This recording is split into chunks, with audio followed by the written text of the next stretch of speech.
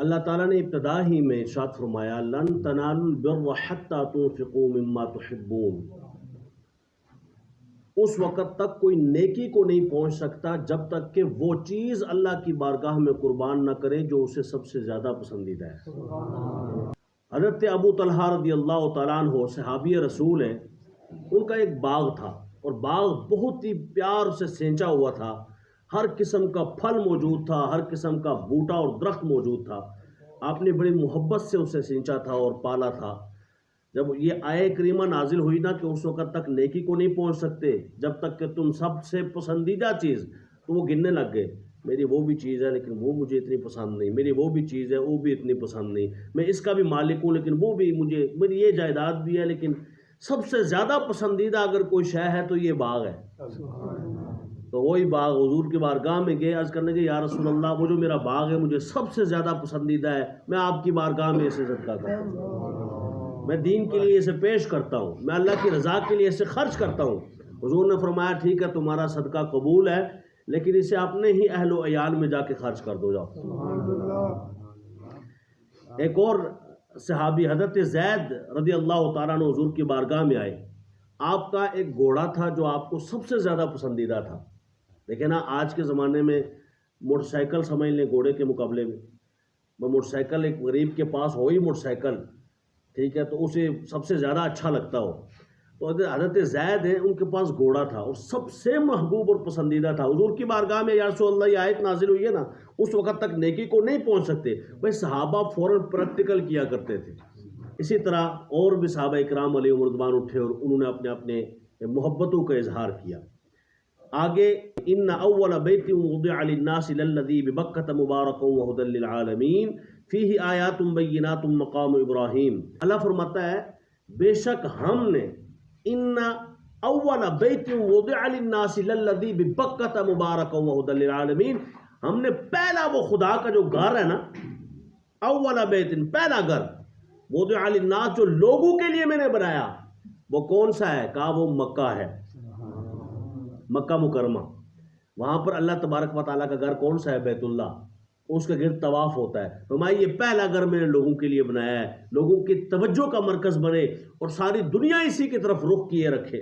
ان اول بیت، کیوں؟ مبارکن، تاکہ اس سے برکتیں حاصل کی جائیں۔ لوگ کہتے ہیں برکت کوئی شے ہی نہیں ہوتی، یہ مبارک ہو کیوں کہتے ہیں آپ؟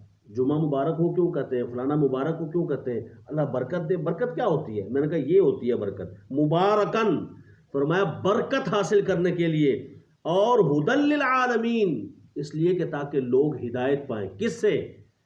خانہ کعبہ سے، مکہ مکرمہ سے۔ پتہ چلا رب چاہے تو پتھر کے بنے کعبے سے بھی اللہ تعالیٰ ہدایت دے دیتا ہے، اللہ چاہے تو اس شہر مکہ کی بھی بات کر کے فرماتا ہے اس مکہ میں بھی اللہ نے برکتیں رکھی ہیں اور اللہ نے ہدایتیں رکھی ہیں۔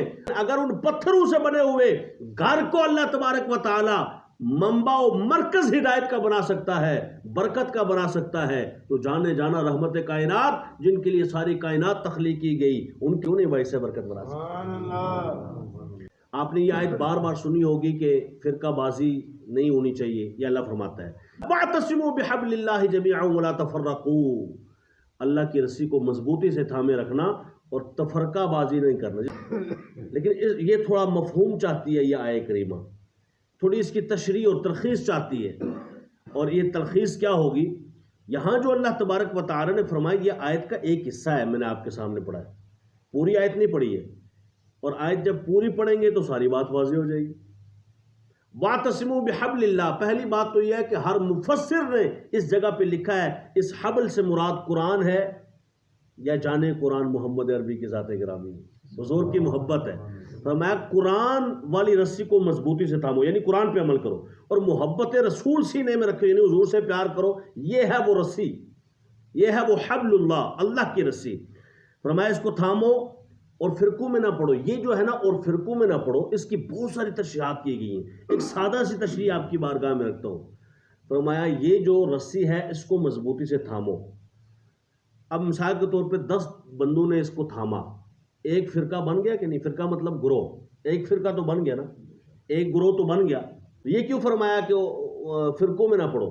تو علماء کہتے ہیں دراصل یہی اللہ تعالیٰ بتانا چاہتا ہے، ایک فرقہ جسے رب نے جماعت کہا ہے وہ تو بن جاؤ، قرآن والے اور جانے قرآن محمد عربی کی محبت والے، وہ تو بن جاؤ، اس جماعت میں تو رہو، لیکن اس کے علاوہ جتنے بھی ہیں نا ان میں نہ پڑھو، ولا تفرقوا، اور فرقوں میں نہ پڑھو، اور جتنے بھی ہیں ان میں نہیں پڑھنا، اس ایک جماعت کے ساتھ رہنا ہے جس نے حبل اللہ پکڑی ہے، اللہ کی رسی تھامی ہوئی ہے۔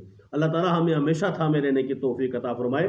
یہ دیکھیے اللہ تبارک و تعالیٰ نے فرمایا یوم تبیض وجوہ وتسود وجوہ، کہ قیامت والے دن کچھ چہرے سفید ہوں گے، کچھ چہرے کالے ہوں گے۔ علماء نے اس کی بھی بڑی تفسیریں کی ہیں۔ ایک تفسیر یہ ہے کہ جس بندے کے عمل میں کوتاہی ہوگی، جو شراب پیتا ہے، جو جوا کھیلتا ہے، جو سود سے باز نہیں آتا ہے، جو حرام فعل کرتا ہے، جو بے نمازی ہے، وغیرہ وغیرہ جتنے بھی گناہ ہیں وہ کرتا ہے، تو میں ایسا بندہ صبح قیامت کو اٹھایا جائے گا تو چہرہ کالا ہوگا۔ سارے بولیے استغفر اللہ، یا اللہ ہمیں بچا۔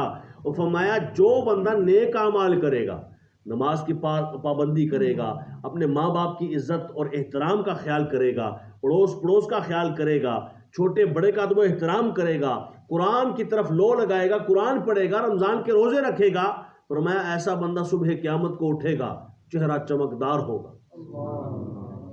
ایک تفسیر تو یہ ہے، ایک تفسیر یہ ہے، یہ جو اللہ نے فرمایا کہ اس دن چہرے سفید ہوں گے، یہ اہل سنت و جماعت کے ہوں گے، اور یہ فرمایا نا کہ اس دن کچھ چہرے کالے ہوں گے، وہ اہل بدعت و اہل ضلالت کے ہوں گے، گمراہ رستے پر چلنے والے کے ہوں گے۔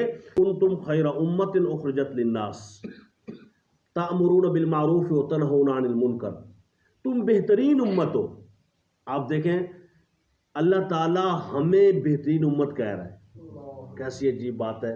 اللہ تعالیٰ جسے بہتر کہے وہ اپنے آپ کو بہتر نہ کرے تو اس کی مرضی ہے، اللہ نے تو اسے بہتر فرمایا، تم بہترین ہو۔ کیوں؟ ہم گناہ گار صحیح، ہم سے کئی لوگ کہتے ہیں یہ جو دعا کرتے ہیں نا، گناہ گار ہیں، سیاکار ہیں، ڈوبی ہوئی ذلت میں ہیں، کچھ بھی ہے تیرے محبوب کی امت میں، یہ کچھ بھی نہیں ہے بھائی، ہے کیوں نہیں ہے؟ کنتم خیر امت، ڈوبی ہوئی ذلت کچھ بھی ہیں لیکن تیرے محبوب کی امت میں سے ہیں، تو کنتم خیر امت، تم بہترین امت ہو۔ لیکن کیوں بہترین ہو؟ ذرا آگے جا کے ایک اور وجہ بیان کی، فرمایا اخرجت للناس، تم لوگوں کے لیے آئے ہو، تأمرون بالمعروف، تم نیکی کا حکم دیتے ہو، تنہون عن المنکر، تم برائی سے روکتے ہو۔ جو بندہ برائی سے روکے، جو بندہ نیکی کا راہ دکھائے، سمجھ لو وہ بہترین امت ہونے کا حقدار ہے۔ کہ حضور علیہ الصلوۃ والسلام تو اس دنیا سے پردہ فرما گئے، یعنی اب حضور علیہ الصلوۃ والسلام قبر انور میں ہیں، اور حضور علیہ الصلوۃ والسلام اب بظاہر دنیا میں نظر آ کے تبلیغ نہیں کریں گے۔ میری اور آپ کی ذمہ داری ٹھہری کہ بلغوا عنی ولو آیا، میری طرف سے جو تمہیں پہنچا ہے وہ آگے پہنچا دو۔ آج قرآن پاک ہم سیکھ رہے ہیں، کوشش کر رہے ہیں، اس کے ذریعے جو مجھے اور آپ کو ملے وہ ہم آگے پہنچا دیں، یہی ہمارا مقصد ہے، اور اسی طرح 14 صدیوں سے چلا آ رہا ہے، اور انشاءاللہ آئندہ بھی صبح قیامت تک اسی طرح نسل در نسل چلتا رہے گا، اور قرآن پاک اور مصطفیٰ جان رحمت کے فرامین کو پھیلایا جاتا رہے گا۔ کہ اللہ نے فرمایا تھا تم بہترین امت ہو۔ وہ بہترین امت کیسے ہوتے ہیں؟ ہم کوئی چمک پیدا کرتے ہیں، بھائی بورڈ تو بہت اچھا ہے لیکن گرد و غبار سے ہٹا ہوا ہے، اس لیے اچھا محسوس نہیں ہوتا، تھوڑی سی پالش ہو تو اچھا ہو جاتا ہے۔ یہ بندہ مومن بڑا بہتر ہے، بڑا زبردست ہے، بڑا بہترین ہے، اس دنیا کی گرد و غبار نے اسے بدنما کر دیا ہے، داغ والا کر دیا ہے، اور اب اس کے اوپر تھوڑی سی پالش ہو جائے، رنگ چڑھ جائے نا مدینے والے آقا کا، تھوڑا سا رنگ چڑھ جائے نا دین کا، اسلام کا، قرآن کا، تھوڑی پالش ہو جائے، اور کوئی پالش کرنے والا اس کے ذہن کی گندگی کو دھو دے، اور کوئی اس کے برے اعمال کو نیک اعمال کی طرف لے آئے، بس تھوڑی سی چمک پیدا کرنے کی دیر ہے، پھر کیا ہوگا؟ ظاہر چمکے گا، باطن چمکے گا، پھر یہ خود تک اپنی چمک نہیں رکھے گا، اپنی اولاد کو بھی چمکائے گا اور اپنے احباب کو بھی چمکائے گا۔